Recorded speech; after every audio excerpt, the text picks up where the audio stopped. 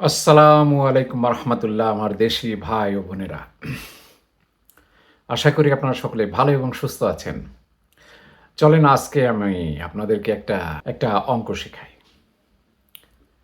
আমি শিক্ষক নই, তবে অঙ্ক শেখাতে আসলাম আপনাদের। এই অঙ্কটা আপনাদের জীবনে শিখে রাখা উচিত। বিশেষ করে আমার বাংলাদেশি ভাই বোনেরা যারা বাংলাদেশে এখন বসবাস করছেন।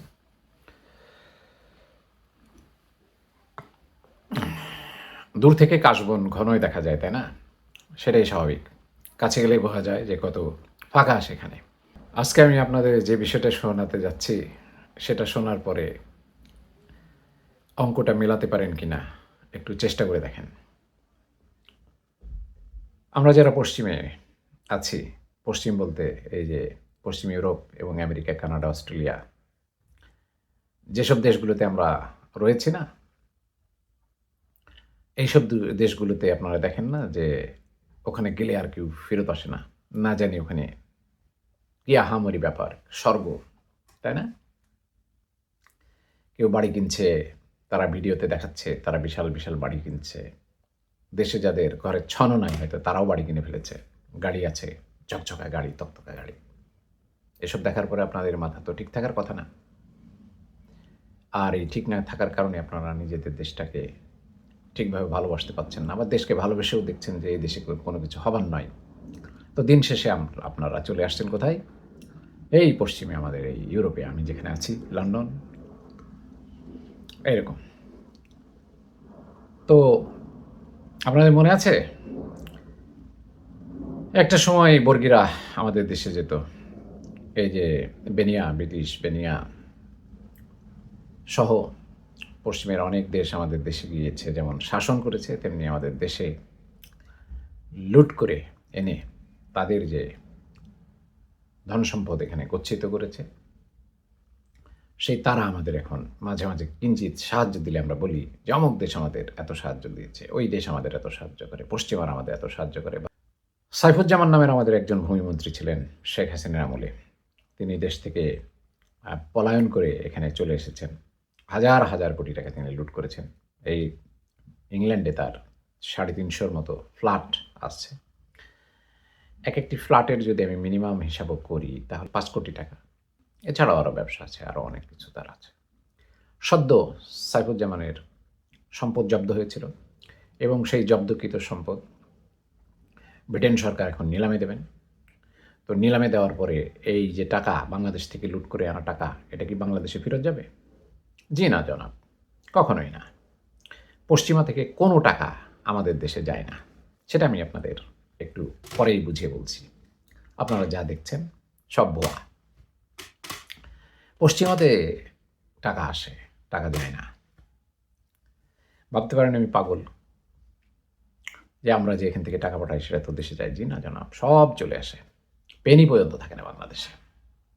এটা পশ্চিমা সিস্টেম, বুঝতে হবে। এই পশ্চিমা সিস্টেম কিন্তু পৃথিবীর অন্যান্য কোনো দেশ ডেভেলপ করতে পারেনি। যা কিছুই আপনাদেরকে দেওয়া হবে দান খয়রাত হিসাবে, সে টাকাও কীভাবে ফেরত চলে আসে আমি আপনাদেরকে এই ভিডিওর মাধ্যমে বোঝাচ্ছি। সাইফুজ্জামান যাওয়া লাগে না। জব্দকৃত যে সম্পদ, সেই সম্পদ বিক্রি করার পরে যে ব্যাংকের কাছ থেকে তিনি ঋণ নিয়েছেন, সেই ব্যাংকের ঋণ শোধ করা হবে। ঘটনাটা কি? তিনি ব্যাংক থেকে লোন নিয়েছিলেন, বাংলাদেশ থেকে নেয়, এবং বাংলাদেশের একটি ব্যাংকও ক্লেম করেছে যে তাদের কাছ থেকেও সাইফুজ্জামান অনেক টাকা আপনার ঋণ নিয়েছেন এবং তিনি সেই ঋণের টাকা ফেরত দেননি। ব্যবস্থাটা এরকম। আমরা যারা যৌবনে বা কোনো এক সময়ে ইউরোপে পাড়ি দিই, আসার পরে এদেশে ডকুমেন্ট করতে করতে করতে করতে মানে নানাবিধ ঝামেলার ভিতর দিয়ে সেই ডকুমেন্ট হতে হতে আমাদের সময় লেগে যায় ৮-১০ বছর। আমরা প্রচণ্ড শ্রম দিয়ে দেশের মানুষ, এই দেশকে, সরকারকে ট্যাক্স দিই। তখন আমরা থাকি অবিবাহিত এবং আমরা যে অর্থটা উপার্জন করি, সেই অর্থের আমাদের খরচের পরে বাকি টাকাটা আমরা দেশে পাঠিয়ে দিই। কেউ ক্যাশ টাকা পকেটে করে নিয়ে যান, যখন প্লেনে করে দেশে যান, নিয়ে গিয়ে সেই ক্যাশ টাকা ভাঙিয়ে তারা ব্যয় করেন। এভাবে আস্তে আস্তে আমরা ঘরবাড়ি বানাই, কিছু সম্পদ, সই সম্পত্তি কিনি। এরপরে কি হয়? এরপরে আমরা একটা সময় বিয়ের বয়স আসে, আমরা বিয়ে করি, দেশে বিয়ে করলে সেসব তাদেরকে নিয়ে এসে স্ত্রী নিয়ে আমরা এদেশে থাকা শুরু করি। সন্তানাদি জন্মগ্রহণ করে। সন্তানাদির মানুষ করতে, করতে, করতে আমাদের বয়স হয়ে যায় ৪৫, ৫০। ৫০-এর পরে যে শারীরিক জটিলতা, মানসিক জটিলতা এবং দেশের পরিস্থিতি বিবেচনায় আমরা আর ফিরে যাই না। এবং ফিরে গেলে কি করব? যে কোটি টাকার সম্পদ আমরা বানাই, সেটা ৫ কোটিও যদি দাম হয়, কিন্তু একটা যদি জটিল অসুখ ধরা পড়ে, তাহলে সেই অসুখের চিকিৎসা করতে গিয়ে আমাদের পুরা অর্থ, সম্পদ, সারা জীবনের সঞ্চয় সব শেষ হয়ে যাবে। তো আমরা অপেক্ষা করতে থাকি। এদেশের ফ্রি ট্রিটমেন্ট ব্যবস্থা আছে। আমরা চিকিৎসা নিই। চিকিৎসা নেওয়ার পরে আমরা ভাবি যে এই চিকিৎসা তো আমাদের দেশে পাবো না, টাকা দিলেও পাবো না। এভাবে আমরা এখানে থেকে যাই। তা আমরা আর ওই সম্পদ বেচে আমরা আর ভোগ করতে পারি না। আমাদের যে সন্তান জন্মায় তারা বাংলাদেশের সাথে কখনোই তাদের সম্পর্ক ছিল না। তারা এদেশে জন্মগ্রহণ করে এবং এদেশেরই তারা নাগরিক বা সন্তান। তারা বাবার যে সহায় সম্পদ তারা একটা সময় গিয়ে দেশে অনেকটা পানির দামে বিক্রি করে দিয়ে আসে। বিক্রি করে দিয়ে যে টাকাটা পায়, সেই টাকাটা তারা কোথায় নিয়ে আসে? পশ্চিমে নিয়ে আসে। আর যে পাউন্ড ডলার আমরা নিয়ে গেছি না, ওই কাগজের নোট কি বাংলাদেশ চলে? কোনো দোকানে গিয়ে ওই কাগজের নোট দিয়ে কোনো কিছু কেনা সম্ভব না। কারণ ওইটা আমাদের দেশের মুদ্রা না। তো ওই মুদ্রা আপনারা কেনেন, বিদেশে যারা ঘুরতে আসেন, তারা ওই মুদ্রা কিনে এনে এখানে ব্যয় করে চলে যান। আমাদের সমস্ত যে শ্রমের টাকা, সেটাও সারা জীবন সঞ্চিত, সেই টাকাটা আমরা এদেশেই দিন শেষে নিয়ে আসি। সেটা নিজে না পারলেও সন্তানরা এটা নিয়ে আসে। আর যদি থেকেও যায় তাতেও সমস্যা নেই, সেটাও চলে আসবে ব্রিটেনে বা আমেরিকায় বা কানাডায় বা অস্ট্রেলিয়ায়। জি, এবার আসি দ্বিতীয় পর্বে। দ্বিতীয় পর্বটা হচ্ছে আপনাদের মনে থাকার কথা, এবং অনেকের মনে আছে যারা ইতিহাস পড়েন তারা জানেন যে এই বেনিয়ারা, এই ইউরোপিয়ানরা, এই পশ্চিমারা কিন্তু আমাদের দেশে একটা সময় তারা বহু কষ্ট করে গিয়েছে। নদী পাড়ি দিয়ে, তাও আবার কাঠের জাহাজ নিয়ে গিয়ে সেই দেশ থেকে তারা বাণিজ্যের নামে কি কোম্পানি খুলেছে। এরপর আমাদের দেশের যে সম্পদ, সেই সব সমস্ত সম্পদে নিয়ে এই দেশে তারা তাদের সম্পদ ভাণ্ডার পূর্ণ করেছে। আজ কিন্তু আর এগুলো করা লাগে না, কিচ্ছু করা লাগে না।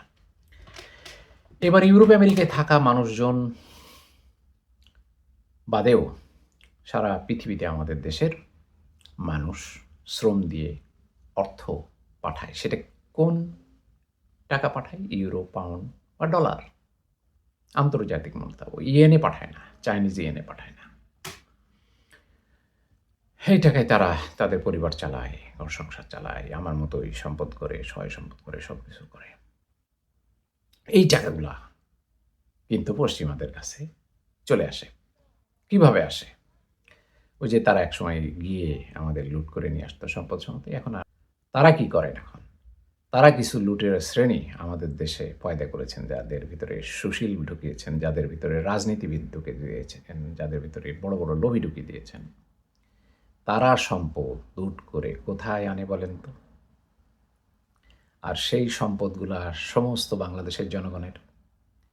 বিদেশ থেকে যে অর্থ সাহায্য পাঠানো হয়, ১ বিলিয়ন, ১ মিলিয়ন, ১০ মিলিয়ন, যাই বলি না কেন, রোহিঙ্গা পালতে আমাদের দেশের যে লেবাররা এত শ্রম দেয়, শ্রম দিয়ে সকাল ৮টার সময় গিয়ে রাত ৮টায় তারা ঘরে ফেরে, এবং ঘরে ফিরে তারা ক্লান্ত হয়ে যায়। তাদের শ্রমের টাকা বৈদেশিক মুদ্রাতেই যায়।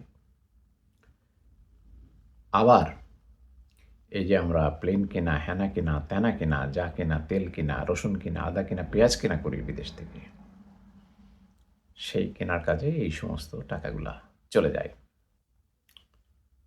আর সহজ পদ্ধতি চলে যায় এই যে লুটেরা গোষ্ঠী, যেটা সরকার বলে আমরা জানি, এই শোষক সরকার, লুটেরা গোষ্ঠী বাংলাদেশের যে মেহনতি মানুষ আছে, ঘামে ভেজা যাদের শরীর, যাদের পিঠ রোদে পুড়ে যায়, যাদের মাথায় বৃষ্টি পড়ে কিন্তু অসুখ হলে ওষুধ কেনার টাকা থাকে না, তাদের টাকাও লুট করে এনে এরা পশ্চিমে চলে আসে জমাতে।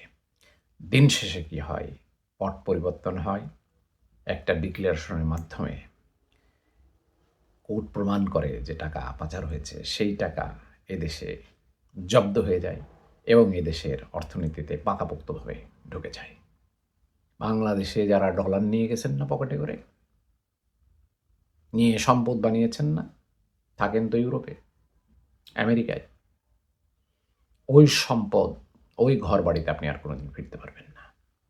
এবং আপনি বেঁচে না ভোগ করলেও আপনার ওই সম্পদ, টাকা, পয়সা আপনার সন্তানরা ভোগ করবে। কিন্তু কোথায় সে ভোগের জায়গাটা? Europe, America. লুটের টাকা ভোগের জায়গা কোথায়? Europe, America. তো আমার তো কিছু পরিচিত জন এখন ব্রিটেনে চলে এসেছেন, বাংলাদেশ থেকে লুটপাট করে নিয়ে তারা এই দেশে ব্যয় করবেন। বাকি জীবনটা আপনাদের শেষ হবে এখানেই। এখানেই আপনাদের পরিসমাপ্তি ঘটবে, সমাধি ঘটবে। তো অত সহজ না পশ্চিমাদের চক্র থেকে বের হয়ে যাওয়া। এই যে ভোগবাদী সমাজটাকে তৈরি করেছে বাংলাদেশে, এই পশ্চিমারা যে কালচার চালু করতে চাচ্ছে, দেশ আপনার হতে পারে, অর্থ তাদের, তাদের দেওয়া অর্থ তারাই ব্যাক নিয়ে যাবে বিভিন্ন পন্থায়।